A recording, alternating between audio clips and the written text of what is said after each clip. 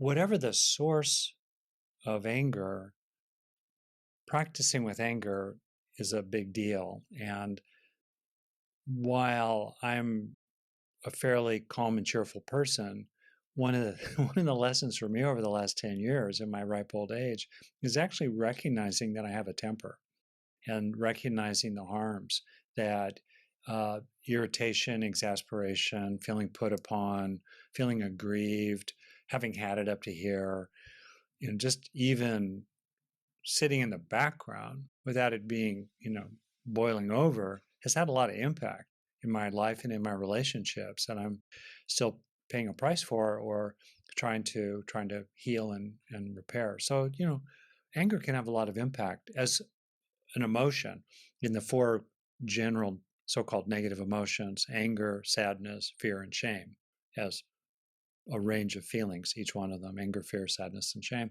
Anger has the most impact on relationships. Usually it's the most consequential.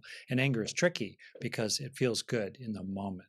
Unlike the other negative emotions, sadness, fear, and shame, there is activity of dopamine and norepinephrine when we're angry. Those are neurochemicals in your brain that are involved with experiences of reward. Anger's energizing. It's organizing. So there's a proverb that says, "Beware anger with its honeyed tip and poisoned barb." Feels so good, and yet it afflicts you and poisons you along the way. So I think recognizing the payoffs of anger is really helpful. There's something in our social nature as hunter-gatherers living in bands of 40 or 50 people that it's kind of gratifying to have contempt for others in a weird kind of way. It forms bonds of us who have contempt for them or who feel victimized or mistreated, aggrieved. We have grievances based on how they did us wrong.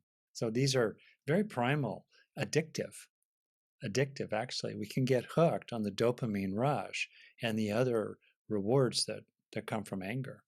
And anger becomes an organizing principle and a way of life. So I think that's very helpful to be really honest with yourself, a fearless and searching inventory of the dirty little payoffs you get from your anger, including the avoidance of the vulnerability and that's involved in not speaking or acting from anger. This is Lynn Fraser with the Radical Recovery Summit.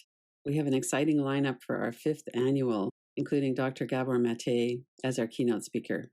Head on over to radicalrecoverysummit.com to learn more and watch the interviews.